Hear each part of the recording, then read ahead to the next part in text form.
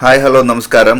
KL39 പുതിയൊരു വീഡിയോയിലേക്ക് എൻ്റെ എല്ലാ കൂട്ടുകാർക്കും സ്വാഗതം. ഇന്നത്തെ യാത്ര പറമ്പിക്കുളത്തേക്കാണ്. ഈ യാത്രക്ക് ചെറിയൊരു പ്രത്യേകം കൂടിയുണ്ട്. ഈ ഒരു യാത്രയിൽ ഞാൻ ഫാമിലി ആയിട്ടാണ് വന്നിരിക്കുന്നത്. വൈഫും കുട്ടിയുണ്ട്. കൂടാതെ വണ്ടർലസ് സ്റ്റോറീസിലെ നിതിൻ ചേട്ടനും ഓഫ് ബീറ്റ് ട്രാവൽസിലെ ജിനോ ചേട്ടനുണ്ട്. അങ്ങനെ മൊത്തം 5 പേരായിട്ടാണ് നമ്മൾ ഈ ഒരു യാത്ര വന്നിരിക്കുന്നത്. ഇതാണ് നമ്മൾ സ്റ്റേ ചെയ്യുന്ന ടെൻറ്റും കാര്യങ്ങളൊക്കെ വരുന്നത്.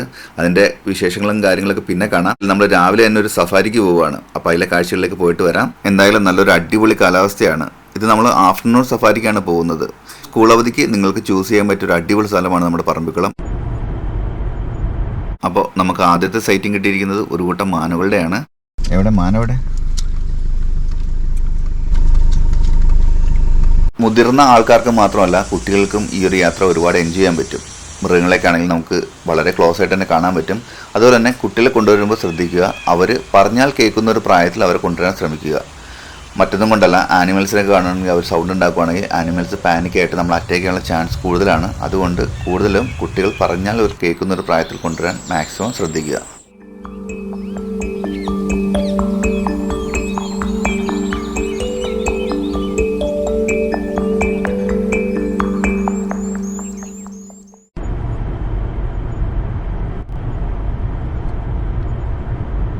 സൈറ്റിംഗ് കിട്ടിയിട്ടുണ്ട്. നമ്മുടെ തൊട്ട് താഴെ തന്നെ ഒരു കൊമ്പനാനയുണ്ട്. ഇതാ ഇവിടെ വിഷ്വൽസ് എടുക്കുന്നുണ്ട്. അതേപോലെ തന്നെ കാണിച്ചു തരാം. ഫ്രണ്ട്സ്, നമ്മളിപ്പോൾ കാണുന്ന ആനയുടെ വിളിപ്പേര് സെക്ഷൻ എന്നാണ്. അങ്ങനെ വിളിക്കാനുള്ള കാരണം, പറമ്പിക്കുളത്തിൻ്റെ സെക്ഷൻ ഓഫീസിൽ നിന്നും ഒരിക്കലും പുറത്തേക്ക് പോകാത്തൊരു ആനയാണിത്. കാരണം പറമ്പിക്കുളത്തിൻ്റെ അണ്ടറിൽ തന്നെ എപ്പോഴും ഈ ആനേനെ കാണാൻ സാധിക്കും. വളരെ ഫ്രണ്ട്ലി ആയിട്ടൊരു ആനയാണെന്നാണ് ഇവിടുത്തെ ആളുകൾ പറയുന്നത്. നമ്മൾ ഒരിക്കലും വൈൽഡ് ആനിമൽസിനെ ഫ്രണ്ട്ലി ആയിട്ടൊരു മൃഗം എന്ന് പറയാൻ സാധിക്കില്ല. കാരണം എപ്പോഴാണ് ഇവരുടെ സ്വഭാവം മാറുന്നതെന്ന് നമുക്ക് ആർക്കും തന്നെ പ്രവചിക്കാൻ സാധിക്കില്ല. ഈ കൊമ്പനാനയുടെ ചെവിയുടെ പുറകിലായിട്ട് ചെറിയൊരു ഇഞ്ചുറി വന്ന് നമുക്ക് കാണാൻ പറ്റും. മറ്റേതെങ്കിലും കൊമ്പനായിട്ട് കൊമ്പ് കോർക്കുന്ന സമയത്ത് ഉണ്ടാകുന്ന ഇഞ്ചുറി ആവാം, ഇല്ലെന്നുണ്ടെങ്കിൽ മറ്റേതെങ്കിലും രീതിയിൽ ഇഞ്ചേർഡ് ആയതായിരിക്കാം. ഒരുമിക്ക വൈൽഡ് ആനിമൽസിൻ്റെ മെയിൽ വേർഷൻ ഒരിക്കലും ഫാമിലി ആയിട്ടും അതുപോലെ തന്നെ ഗ്രൂപ്പായിട്ട് നടക്കാനും ആഗ്രഹിക്കുന്ന ആനിമൽസ് അല്ല. ഈ ഒറ്റയാന്മാർക്ക് ആ പേര് വരാനുള്ള കാരണം പോലും ഇവർ കൂടുതലും ഒറ്റയ്ക്ക് ജീവിക്കാൻ ആഗ്രഹിക്കുന്ന ആനിമൽസാണ്. അങ്ങനെ പറയാനുള്ള കാരണം, മെയ്റ്റിംഗ് ടൈമിനും അതുപോലെ തന്നെ തൻ്റെ കുട്ടികളെ കൊണ്ടു നടക്കുന്ന സമയത്ത് മാത്രമാണ് ഇവർ ഒരു ഫാമിലിയായിട്ട് ജോയിൻ ചെയ്ത് പോകാറുള്ളൂ. അല്ലാത്ത പക്ഷം ഇവരെപ്പോഴും സിംഗിളായിട്ട് നടക്കാൻ ആഗ്രഹിക്കുന്ന ആനിമൽസാണ്. കടുവയും കാട്ടുപോത്തും അതുപോലെ തന്നെ കൊമ്പനാനകളും മെയിൽ മ്ലാവുകളും അങ്ങനെ ഒരുമിക്ക ആനിമൽസും മെയിൽ വേർഷൻ കൂടുതലും സിംഗിളായിട്ട് നടക്കാൻ ആഗ്രഹിക്കുന്ന ആനിമൽസ് തന്നെയാണ്. അങ്ങനെ നമ്മുടെ സെക്ഷന് വലിയ കാര്യമായിട്ടുള്ള മൂവ്മെൻറ്റ്സും കാര്യങ്ങളും ഇല്ലാത്തതുകൊണ്ട് നമ്മൾ സെക്ഷൻ്റെ വിഷ്വൽസ് എടുത്തതിന് ശേഷം പയ്യനെ അവിടുന്ന് മൂവ് ചെയ്യാണ്. നമുക്ക് ഇന്ന അടുത്ത സ്ഥലത്തേക്ക് പോകാം. പറമ്പിക്കുളം സഫാരിയുടെ മൊത്തം ദൈർഘ്യം വരുന്നത് ഏകദേശം 64 കിലോമീറ്ററാണ്. നമ്മുടെ സ്വന്തം വണ്ടിക്കും പോകാം, അതുപോലെ തന്നെ പറമ്പിക്കുളത്തിൻ്റെ ഒഫീഷ്യൽ ബസ്സിനും പോകാവുന്നതാണ്. ഈ കാണുന്നത് തുണക്കടവ് ഡാമാണ്. ആ ഡാമിൽ നിന്നും കുറച്ചും കൂടി മുന്നോട്ട് സഞ്ചരിച്ചിട്ടുണ്ടെങ്കിൽ ഫസ്റ്റ് റൈറ്റിലേക്ക് പോകുകയാണെന്നുണ്ടെങ്കിൽ നമുക്ക് ഇവിടെയുള്ള കന്നിമരത്തേക്കിൻ്റെ ഭാഗത്തേക്ക് പോകാൻ പറ്റും. ഈ കാണുന്ന ഭാഗങ്ങൾ ഫുള്ളായിട്ട് തന്നെ കോർ ഏരിയയാണ്. കോർ ഏരിയ എന്ന് പറയുന്നത് മനുഷ്യവാസമില്ലാത്ത ഏരിയയ്ക്കാണ് കോർ ഏരിയ എന്ന് പറയുന്നത്. അങ്ങനെ നമുക്ക് അടുത്ത സൈറ്റിംഗ് കിട്ടിയിരിക്കുന്നത് ഒരു ആനക്കൂട്ടത്തിൻ്റെയാണ്. അമ്മയും കുട്ടികളും അടങ്ങുന്ന മൊത്തം 3 പേരടങ്ങുന്ന ഒരു ഗ്രൂപ്പിനാണ് നമുക്ക് കിട്ടിയിരിക്കുന്നത്. നമ്മൾ ഈ കാണുന്ന ഫാമിലിയിൽ നിന്നും കൊമ്പനാനകൾ ഒറ്റപ്പെടാനുള്ള ഒരു കാരണം കൂടി ഞാൻ പറഞ്ഞുതരാം. അമ്മയും 2 കുഞ്ഞുങ്ങളുമാണ് ഈ ഒരു ഫാമിലിയിലുള്ളത്. അതിൽ കൊമ്പനാനകൾ മെച്യൂരിറ്റി ആവുന്ന സമയത്ത്, അതായത് അവരുടെ ഒരു മീറ്റിംഗ് ടൈമൊക്കെ ആവുന്ന സമയത്ത് അമ്മക്കത് കൃത്യമായിട്ട് അറിയാൻ പറ്റും.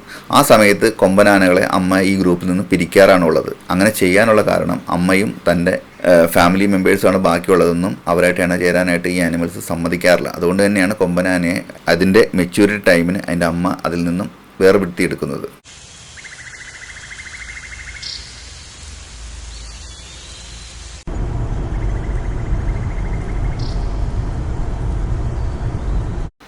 അങ്ങനെ നമുക്ക് അടുത്ത സൈറ്റിംഗ് കിട്ടിയിരിക്കുന്നത് കാട്ടുപോത്തിൻ്റെയാണ്. ഇതിനെ കാട്ടുപോത്തെന്നോ കാട്ടിയെന്നോ എന്ന് വിളിക്കുന്നതിന് ഇപ്പോഴും ഒരു ധാരണയായിട്ടില്ല. അങ്ങനെ പറയാനുള്ള കാരണം, നമ്മൾ മുന്നേ ഉള്ള വീഡിയോയിലൊക്കെ ഇതിനെ കാട്ടിയെന്ന് തന്നെയാണ് പറഞ്ഞേക്കുന്നത്. പക്ഷേ ശരിക്കും കാട്ടുപോത്ത് നോർത്ത് ഇന്ത്യൻ സൈഡിലേ ഉള്ളൂ. പക്ഷേ ഗവൺമെൻറ്റിൻ്റെ, നമ്മുടെ കേരള സ്റ്റേറ്റ് ഗവൺമെൻറ്റിൻ്റെ ഒഫീഷ്യൽ സൈറ്റിൽ ഇതിനെ കാട്ടുപോത്ത് എന്ന് തന്നെയാണ് പറയുന്നത്. പണ്ട് കാലങ്ങളിലെ നമ്മുടെ ആൾക്കാരെല്ലാം ഇതിനെ കാട്ടുപോത്ത് എന്ന് തന്നെയാണ് പറഞ്ഞുകൊണ്ടിരുന്നത്. പക്ഷേ ശരിക്കും ഇത് കാട്ടിയാണോ അല്ലെങ്കിൽ കാട്ടുപോത്താണെന്നുള്ളതിന് ഒരു ഫൈനൽ നെയിം ഇതുവരെയും കിട്ടിയിട്ടില്ല. എന്തായാലും അതിൻ്റെ ഏറ്റവും ചെറിയ പ്രായമാണ് ആ കാണുന്ന കാവി നിറത്തിലുള്ള ഒരു ഭാഗം വരുന്നത്. ശരിക്കും നമ്മുടെ നാട്ടിലെ പശുക്കുട്ടീനെ പോലെ തോന്നുമെങ്കിലും അതിൻ്റെ അടുത്ത മെച്യൂരിറ്റി ആയിട്ടുള്ള ഒരു പ്രായത്തിലുള്ളത് തന്നെയാണ് ആ ബ്ലാക്കും കാല് സോക്സ് ആയിട്ട് കാണുന്ന ഒരു രൂപം. വീണ്ടും അത് ശരിക്കും മെച്യൂർഡ് ആവുന്ന സമയത്ത് അത് ഫുൾ ബ്ലാക്കിലേക്ക് മാറുന്നതായിരിക്കും.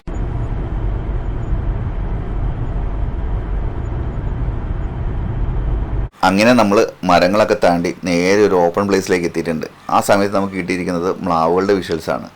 അങ്ങനെ മ്ലാവുകളുടെ വിഷ്വൽ എടുക്കുന്ന സമയത്ത് തന്നെ തൊട്ട് റൈറ്റ് സൈഡിൽ ഒരു വൈൽഡ് ബോർ കിടന്നുറങ്ങുന്നതും ഈ ഒരു വിഷ്വൽ കാണാൻ പറ്റുന്നുണ്ട്. നമ്മൾ ഈ കാണുന്നതാണ് ലോക പ്രശസ്തമായ കന്നിമര തേക്ക്. ഇന്ന് ലോകത്തിൽ വെച്ചുള്ള ഏറ്റവും പഴക്കമേറിയതും ഉയരം കൂടിയതുമായിട്ടുള്ള തേക്ക് മരങ്ങളിൽ ഒന്നാണ് നമ്മുടെ ഈ ഒരു കന്നിമര തേക്ക്. അങ്ങനെ കന്നിമര തേക്കിന്റെ കാഴ്ചകളെ കണ്ട് നമ്മൾ വീണ്ടും തിരിച്ചു വരുന്ന സമയത്ത് നമുക്ക് അടുത്ത സൈറ്റിംഗ് കിട്ടിയിരിക്കുന്നുണ്ട്.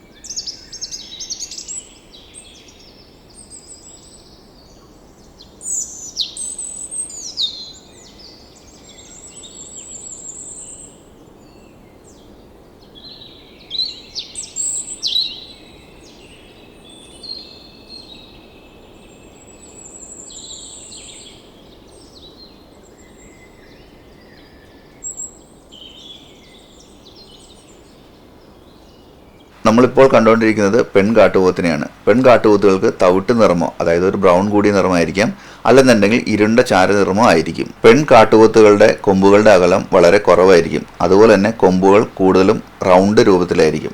എന്നാൽ ആൺ കാട്ടുപോത്തുകളുടെ കൊമ്പുകൾ പരന്ന രീതിയിലായിരിക്കും. അതുപോലെ തന്നെ കൊമ്പുകളുടെ അകലം, അതായത് കൊമ്പുകളുടെ ഗ്യാപ്പുകൾ തമ്മിലുള്ള ഡിസ്റ്റൻസ് വളരെ കൂടുതലായിരിക്കും.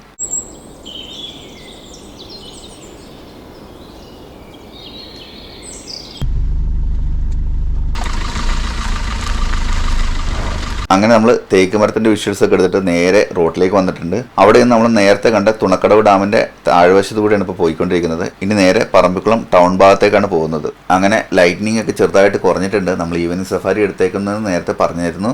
ഇത് നമ്മുടെ സെക്കൻഡ് വ്യൂ പോയിന്റ് ആണ്.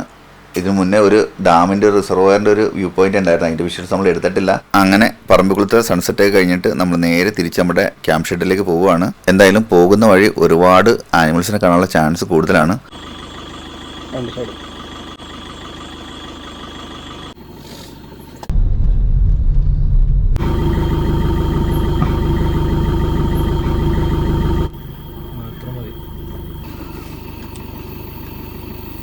ഫ്രണ്ട്സ്, അവിടെ മ്ലാവുണ്ട്. അത്യാവശ്യം വലിയ ഒരു മ്ലാവാട്ടോ. നമ്മളിപ്പോൾ കണ്ടുകൊണ്ടിരിക്കുന്നത് മെയിൽ കാട്ടുപോത്തിനെയാണ്. ഫീമെയിൽ അപേക്ഷിച്ച് മെയിലിന് നല്ല രീതിയിലുള്ള ബ്ലാക്ക് നിറമുണ്ടായിരിക്കും. അതുപോലെ തന്നെ കൊമ്പുകളുടെ അകലം ശ്രദ്ധിച്ചറിയാൻ പറ്റും. രോമ വളർച്ചയും കുറവായിരിക്കും. പിന്നെ അതിൻ്റെ സ്കിന്നിന് ചെറിയ രീതിയിലുള്ള ഒരു ഓയിൽമയം ഉണ്ടായിരിക്കും. ഇത് ഈ വിഷ്വലിൽ കണ്ടറിയാൻ പറ്റും. അങ്ങനെ നമുക്ക് അടുത്ത സൈറ്റിംഗ് കിട്ടിയിട്ടുണ്ട്. ഒരു കൂട്ടം കാട്ടാനകളുടെയാണ്.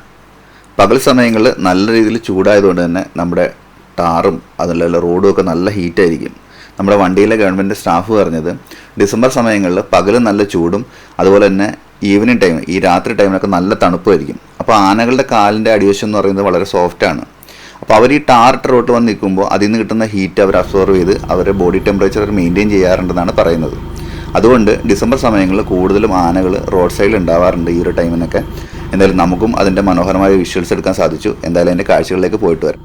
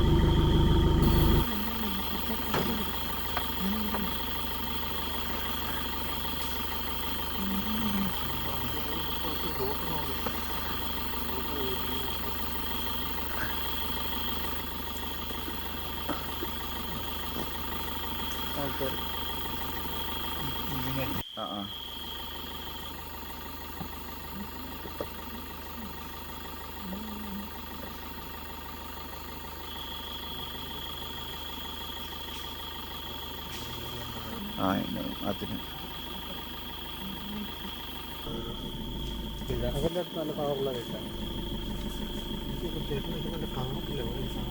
ഞാൻ വൈകിട്ട് മൂവി. അങ്ങനെ നമുക്ക് വീണ്ടും വളരെ അൺഎക്സ്പെക്റ്റഡ് ആയിട്ട് അടുത്തൊരു സൈറ്റിംഗ് കിട്ടിയിട്ടുണ്ട്. ഒരു കരടിയും 2 കുട്ടികളടങ്ങുന്ന ഒരു ഗ്രൂപ്പായിരുന്നു. മൊത്തം 3 പേരുണ്ട്. നമുക്ക് ആദ്യം കിട്ടിയത് അതിൻ്റെ അമ്മയാണ്. അതിന് ശേഷമാണ് കുട്ടികളെ കണ്ടത്. എന്തായാലും നമുക്ക് അതിൻ്റെ കാഴ്ചയിലേക്കൊന്ന് പോയിട്ട് വരാം കേട്ടോ.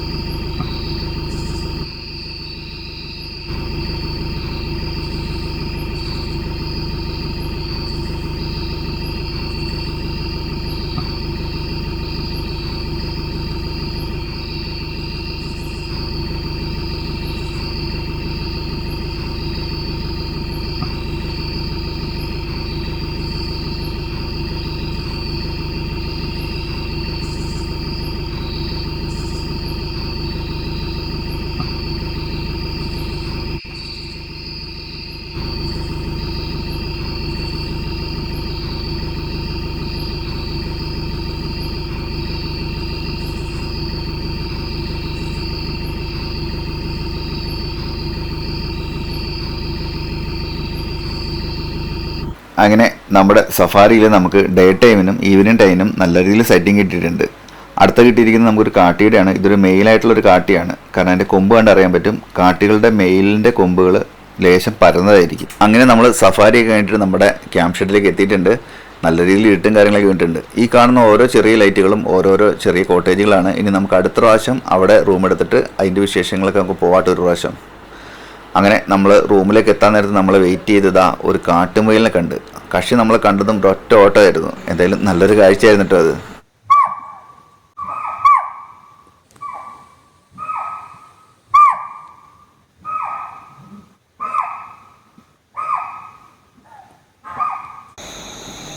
ഫ്രണ്ട്സ്, നമ്മുടെ റൂമിൻ്റെ പുറത്ത്, അതായത് റൂമിൻ്റെ ജസ്റ്റ് ഔട്ട് സൈഡ് ലെപ്പേഡിൻ്റെ ഒരു സാന്നിധ്യം ഉണ്ടായിട്ടുണ്ട്. അപ്പോൾ നമ്മുടെ മാനുകളൊക്കെ അലേർട്ടായിട്ട് നിൽക്കുന്ന നമുക്ക് കാണാൻ പറ്റും.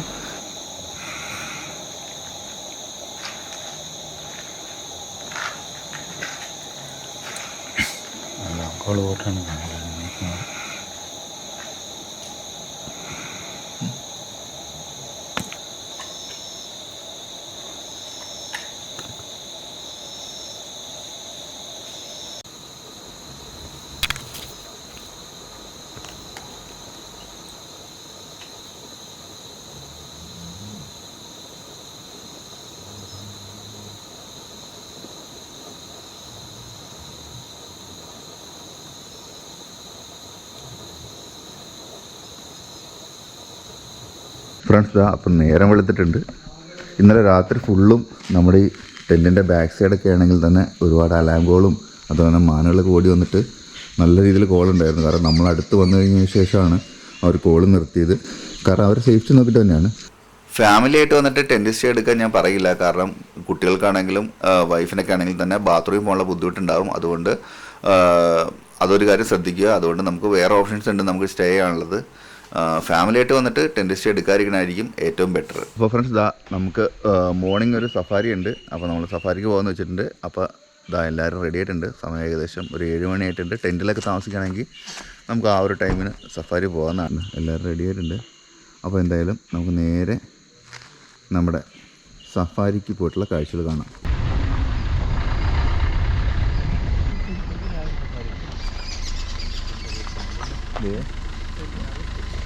അവൻ്റെ ചത്തുപോയോ?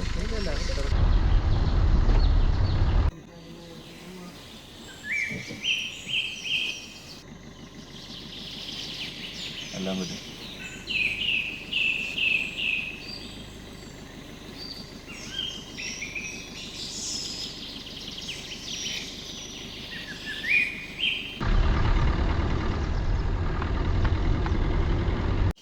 അങ്ങനെ നമുക്ക് സഫാരിക്കിടയിൽ വളരെ ലോങ് ആയിട്ട് കിട്ടിയൊരു വിഷ്വലാണിത്. നല്ല ദൂരത്തുനിന്ന് 2 ആനകളുടെ വിഷ്വൽസ് ആയിരുന്നു.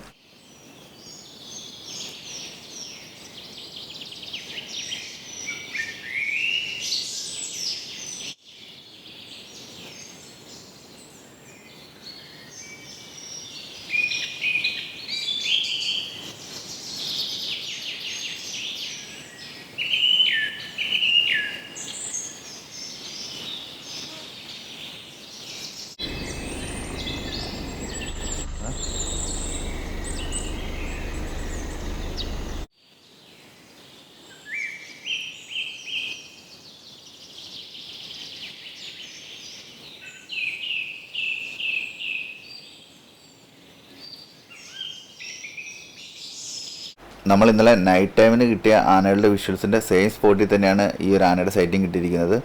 അത്രയും ഗ്രൂപ്പില്ല, പക്ഷേ ഇതൊരു സിംഗിൾ ആയിട്ടുള്ളൊരു ആനയായിരുന്നു. നമ്മുടെ റോഡിന് ചരിവിലായതുകൊണ്ട് തന്നെ ആളുടെ കുറച്ച് ഭാഗങ്ങൾ നമുക്ക് ഷൂട്ട് ചെയ്യാൻ കഴിഞ്ഞുള്ളൂ. എന്തായാലും അതൊരു കാഴ്ചയായിരുന്നു.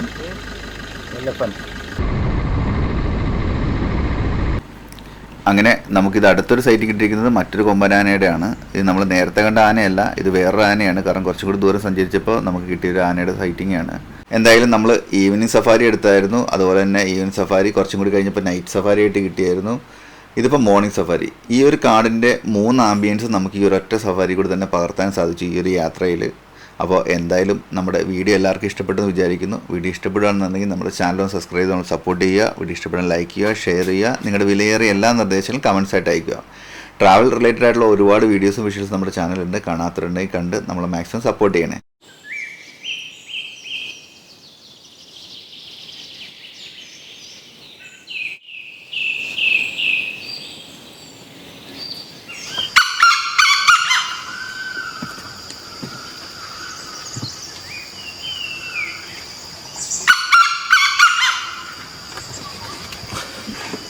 നമ്മളിപ്പോൾ കാണുന്ന ബേഡിൻ്റെ പേരാണ് ഇന്ത്യൻ പാരഡൈസ് ഫ്ലൈ ക്യാച്ചർ. ഇതിനെ സ്വർഗവാതിൽ പക്ഷി എന്നാണ് മലയാളത്തിൽ പറയാറുള്ളത്. അതുപോലെ തന്നെ നാഗമോഹൻ, കുരുത്തോലവാലൻ എന്നീ വിവിധ പേരുകളും ഇതിനറിയപ്പെടാറുണ്ട്. ഈ പക്ഷിയെ മധ്യപ്രദേശിൻ്റെ ഔദ്യോഗിക സംസ്ഥാന പക്ഷിയായിട്ടാണ് കാണുന്നത്.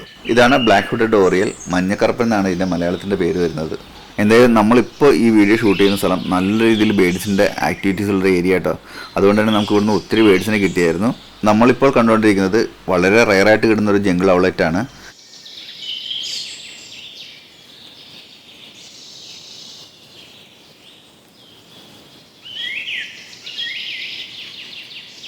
നമ്മളിപ്പോൾ കാണുന്ന ബേഡിൻ്റെ പേരാണ് ഷിക്ര. ഇതിനെ പ്രാപ്പിഡിയൻ എന്ന് പറയും. അതായത് പ്രാവിനെ പിടിക്കുന്നതുകൊണ്ടാണ് ഇതിന് ഈ പേരിൽ അറിയപ്പെടുന്നത്.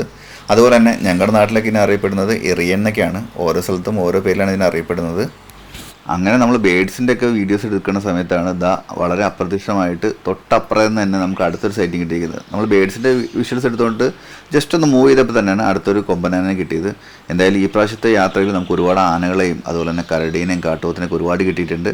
അപ്പോൾ നിങ്ങളും ഈ പ്രാവശ്യത്തെ സ്കൂൾ അവധിക്ക് ഈ ഒരു സ്ഥലം വേണമെങ്കിൽ ചൂസ് ചെയ്യാവുന്നതാണ്. അപ്പോൾ നമ്മുടെ ചാനൽ ആദ്യമായിട്ട് കാണുന്നുണ്ടെങ്കിൽ നമ്മുടെ ചാനൽ ഒന്ന് സബ്സ്ക്രൈബ് ചെയ്ത് നമ്മൾ സപ്പോർട്ട് ചെയ്യുക. വീഡിയോ ഇഷ്ടപ്പെടാൻ ലൈക്ക് ചെയ്യുക, ഷെയർ ചെയ്യുക. നിങ്ങളുടെ വിലയേറിയ എല്ലാ നിർദ്ദേശങ്ങളും കമൻസ് ആയിട്ട് അയക്കുക. ട്രാവൽ റിലേറ്റഡ് ആയിട്ടുള്ള ഒരുപാട് വീഡിയോസും വിഷ്വൽസും നമ്മുടെ ചാനലുണ്ട്. കാണാത്തവരുണ്ടെങ്കിൽ കണ്ട് നമ്മൾ മാക്സിമം ഒന്ന് സപ്പോർട്ട് ചെയ്യണേ. അങ്ങനെ നമ്മുടെ സഫാരി ടൈം ഏകദേശം തീരാറായിട്ടുണ്ട്. പക്ഷേ ഇതൊന്നുമല്ല നമ്മുടെ വീഡിയോയുടെ ഏറ്റവും വലിയ ഹൈലൈറ്റ് വരുന്നേ ഉള്ളൂ. അപ്പോൾ നമ്മുടെ സഫാരി കഴിഞ്ഞ് നമ്മൾ തിരിച്ച് റൂമിലേക്ക് പോകുമ്പോൾ വളരെ അപ്രതീക്ഷിതമായിട്ട് നമുക്ക് ഒരു ആനയുടെ ഒരു ചാർജിങ് ഉണ്ടായിരുന്നു. മറ്റാരുടെയും അല്ല, നമ്മുടെ സെക്ഷൻ്റെ ചാർജിങ് ആയിരുന്നു. കാരണം ഇത് ചെറുതായിട്ട് നമ്മളൊന്ന് പേടിപ്പിക്കാൻ വേണ്ടി ആൾ ചെയ്തതാണ്. ഈ ആന ഇപ്പോൾ നമ്മൾ ചാർജ് ചെയ്യാനുള്ള മെയിനായിട്ടുള്ള കാരണം ആൾ റോട്ടിൽ കൂടി അടുത്ത സ്ഥലത്തേക്ക് മൂവ് ചെയ്യുമ്പോഴാണ് നമ്മൾ അപ്രതീക്ഷിതമായിട്ട് വന്നത്. അപ്പോൾ നമ്മളത് പേടിപ്പിച്ച് നിർത്താനും അതുപോലെ തന്നെ പുള്ളിയുടെ ഒരു ടെറിട്ടറിയിലാണ് നമ്മൾ വന്നിരിക്കുന്നത്. അപ്പോൾ അവരുടേതായ ഒരു സ്ഥലത്തിൻ്റെ അവകാശം അവർ കാണിക്കണമല്ലോ. അപ്പോൾ എന്തായാലും വളരെ ഫണ്ണി ആയിട്ടുള്ളൊരു മൂമെൻറ്റ്സ് ആയിരുന്നു. നമ്മൾ വണ്ടി റേസ് ചെയ്യുകയോ ഹോൺ അടിക്കുകയോ ഒന്നും ചെയ്തില്ല. നമ്മൾ പാനിക് ആവാതെ തന്നെ അവിടെ തന്നെ നിർത്തി. അപ്പോൾ ആളും പയ്യനെ പ്രശ്നമല്ലാന്ന് തോന്നിയിട്ട് മൂവ് ചെയ്യുകയാണ്. അപ്പോൾ എന്തായാലും വളരെ മനോഹരമായൊരു കാഴ്ചകളും വിശേഷങ്ങളും അങ്ങനെ ഒത്തിരി നല്ല നല്ല ഓർമ്മകളാണ് ഈ പ്രാവശ്യത്തെ പറമ്പിക്കുളത്തെ യാത്ര നമുക്ക് നൽകിയത്. അപ്പോൾ നിങ്ങളും ഇതുപോലത്തെ യാത്രയൊക്കെ വരാൻ ആഗ്രഹിക്കുന്നുണ്ടെങ്കിൽ ഫാമിലി ആയിട്ടോ അല്ലെങ്കിൽ ഫ്രണ്ട്സൊക്കെ ആയിട്ട് വരിക. www.parambikulam.org എന്ന് പറഞ്ഞ വെബ്സൈറ്റിൽ കയറിയിട്ടുണ്ടെങ്കിൽ നമുക്കിവിടെ സഫാരിയും അതുപോലെ ട്രെക്കിങ്ങും സ്റ്റേയും ഒരുപാട് പ്രോഗ്രാംസൊക്കെ ഉണ്ട്. അപ്പോൾ അതെല്ലാം ചെക്ക് ചെയ്തിട്ട് നിങ്ങളും വരാൻ ശ്രമിക്കുക. അപ്പോൾ ഒരു കാര്യം കൂടി ശ്രദ്ധിക്കുക, വൈൽഡ് ആനിമൽസിനെ വളരെ ഫ്രണ്ട്ലി ആയിട്ടൊന്നും ആരും കാണരുത്. കാരണം വെച്ചിട്ടുണ്ടെങ്കിൽ അവരുടെ സാഹചര്യം അനുസരിച്ചാണ് അവർ നമ്മളോട് എങ്ങനെ ബിഹേവ് ചെയ്യണമെന്ന് അവർ തീരുമാനിക്കുന്നത്. അതുകൊണ്ട് ചിലപ്പോൾ സമയത്ത് നമ്മളൊന്നും ചെയ്യാതിരിക്കുന്നത് ചിലപ്പോൾ അവരുടെ ഒരു മൂഡ് ബേസ് ചെയ്തിട്ടായിരിക്കും. അപ്പോൾ ഒരിക്കലും വൈൽഡ് ആനിമൽസിനെ നമ്മൾ അടുത്ത് പോയി സെൽഫി എടുക്കാനോ അല്ലെന്നുണ്ടെങ്കിൽ മറ്റു രീതിയിൽ പ്രൊവോക്ക് ചെയ്യാനോ ശ്രമിക്കരുത്. അത് നിങ്ങളുടെ ജീവൻ ആപത്താണ്, ശ്രദ്ധിക്കുക. അങ്ങനെ സെക്ഷൻ നേരെ താഴോട്ട് പോയിരിക്കുന്നത് വാട്ടർ ബോഡിയുടെ സൈഡിലേക്കാണ്. അപ്പോൾ കണ്ടൊരു കാഴ്ചയാണ്. കാരണം ആനകൾ അവരുടെ ശരീരമൊക്കെ ചൊറിയുകയാണെന്നുണ്ടെങ്കിൽ ഇതുപോലെ മരങ്ങളുടെ സൈഡിലേക്കിട്ട് ഉരച്ചാണ് ആ ഭാഗങ്ങളിലെ ചൊറിച്ചിലൊക്കെ മാറ്റുന്നത്. അപ്പോൾ നമ്മുടെ പറമ്പിക്കുളത്തിൻ്റെ ഈ ഒരു കൊച്ചു വീഡിയോ ഇവിടെ അവസാനിക്കുകയാണ്. ഇനി നമ്മൾ പറമ്പിക്കുളത്ത് നേരെ പോകുന്നത് ആനമല ടൈഗർ റിസർവിലേക്കാണ്. നമ്മൾ ഇന്ന് അമ്പുള്ളിയിലും ബുക്ക് ചെയ്തിട്ടുണ്ട് ഇത് കഴിഞ്ഞിട്ട്. അപ്പോൾ അമ്പുള്ളിയിലത്തിൽ പുതിയ മാറ്റങ്ങളൊക്കെ വന്നിട്ടുണ്ട്. അപ്പോൾ അതിൻ്റെ മാറ്റങ്ങളൊക്കെ എടുക്കാനായിട്ടാണ് ജസ്റ്റ് പോകുന്നത്. അപ്പോൾ അതിൻ്റെ വീഡിയോയും ഇതിൻ്റെ പുറകെ വരുന്നുണ്ട്. അപ്പോൾ പുതിയൊരു വീഡിയോയിൽ പുതിയൊരു കാഴ്ചകളും വിശേഷങ്ങളുമായിട്ട് കാണുന്നവരെ എല്ലാവർക്കും ബൈ.